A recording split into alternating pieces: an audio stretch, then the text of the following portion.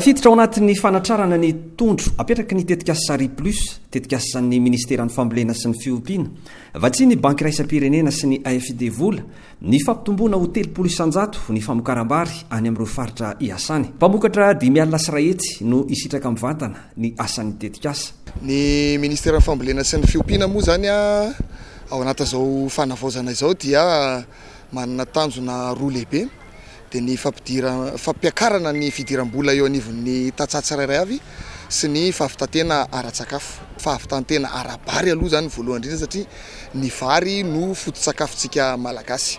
Ka ao anatin'izao atao hoe taombe na hoe ny grande campagne taona 5,24 sy ny 4,24 zao misabaka moa zany ny taombena ny grande campagne manana ny paikady ny Ministeran'ny Fambolena sy ny Fiompiana hiatrihana an'izany grande campagne rizicole izany amin'ny alalan'ireo tetikasa eo anivon'ny Ministera sy ny Fambolena vitsivitsy maromaro. Taty amin'ny faritra Laotra Mangoro moa zany tamin'ity androany ity dia niarahana ny asa tamin'ny tetikasa Riplus. Ny paikadin'ny Ministeran'ny Fambolena sy ny Fiompiana dia ny hoe fanohanana ny tatsapamokatra, fampiakarana zany ny rendement na ny hoe tahambokatra.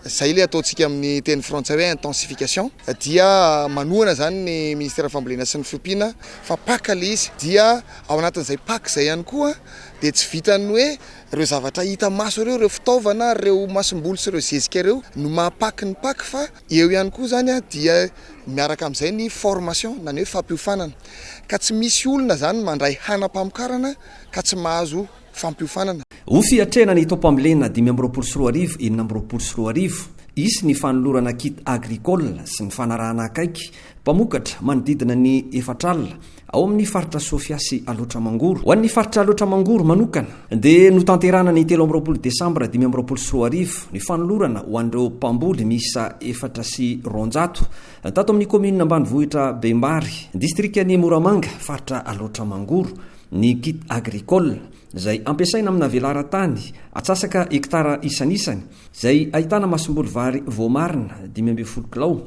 zezika minéral NPK 11,22,16 milanja 20 kilao sy urée 46% milanja 30 kilao ary zezika organique 400 kilao.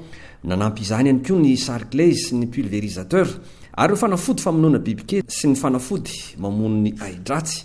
Misaotra ny fitondram-panjakana nanomeanay an'izao tosika ngeza be zao. Efa ela ihany zay ny andrandra anazy ity fa zao zany vao tonga tamin'ny fanovana dia makasitraka tompoko ary maniry ny tohizan'izany tosika zany aty amin'ity commune Bembary ity. Hatramin'izay zay dia ny fomba nentim-paharazana no nataonay ketsa apoka, manao ketsa saritaka dia ny vokatra azonay amin'izany dia kely da atao hoe amin'ny tsasaka hektara zara raha mahazo 3 sarety.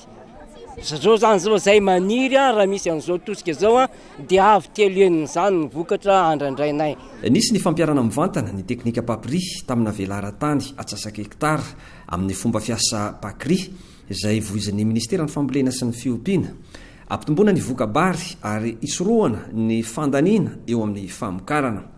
Marina fa fiaraha-miasan'ny tetikasa Sary Plus amin'ny fitaliavam-paritry ny fambolena sy ny Fiompiana Alotra Mangoro izao etsika izao. Ny toerana iasan'ny Plus dia aty amin'ny faritra Alotra Mangoro ao anatin'ny distrika 3 Moramanga, Amparafaravola ary Ambatondrazaka. Ity tosika izay ataonay ity zany dia ho an'ireo distrika 3 ireo, zany hoe tosika ao anatin'ny grand campagne, zany hoe ny varitaona zany no ataonay enjehana manomboka amin'ny 5 janvier 2026 ka hatramin'ny 25 janvier 2026. Tsy maintsy tratrariny tetikasa zany izay zavatra zay mba tsy ho tarany ao amin'ny calendrier cultural. Raha ny vokatra andrasan'ny Riplus zany amin'izao tohana izay namenay androany zao, ny Riplus aloha zany dia apetraka tsara fa 4 hektara ihany no ataon'ny Riplus. Dia ao anatin'izay zany raha navita 3 hektara ilay olona dia ny ampin'ity tohana izay natao ity hatramin'izay zany dia eo amin'ny 5 à 6 tonnes l'hectare eo. Fa mino izahay amin'ity fa mba mety tafakatra 7 na 8 tonnes l'hectare angamba ny rendement aty amin'ny faritra Alotra Mangoro. zay rehetrarehetra toana izay moa zany dia mamaly andreo vina zay apetraky ministera izay vina ho fanatsarana ny tany vokatra ato anatin'ny faritra aloatra mangoro ka averina amilony zany masompotra Madagasikara ao anatiny ka atateraka somatsaratsika ny fahavitatena ara-tsakafo zay andraisan'ny faritra aloatra mangoro anjara lehibe izany. Ity moa zany ny distrika rehetrarehetra no ezahana ho anatanterahana an'ity fetomboany tia fizarana anam-pamokarana ity fa kosa ny tetika aza zay aharitra hatrany amin'ny 2024 dia ezahana atrarana andreo tatsa izay tena mila toana. Nanatrika ny fanombohana izao fizarana anampamokarana izao ny filoha lefitry ny anteny miram-pirenena avy amin'ny faritanin'ny Tomasina Andriamatora Razara-Piera Fidèle ny talean'ny DAPV eo anivon'ny ministeran'ny fambolena sy ny fiompiana Andriamatora Lovaniaina Rakotondranaivy izay nisolotena ny ministry ny fambolena sy ny fiompiana.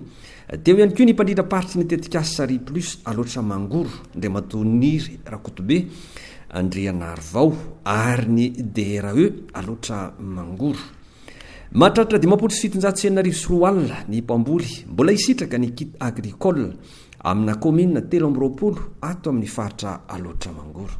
Tsy latadanta tamin'izany ihany koa ny hetsika nataon'ny tetikasy Sary Plus tany amin'ny faritra Sofia pisitraka misy araka amin'ny 70 am'zato no nahazo ny kit agricole miaraka amin'ny fiofanana tato anatin'izao hetsika izao.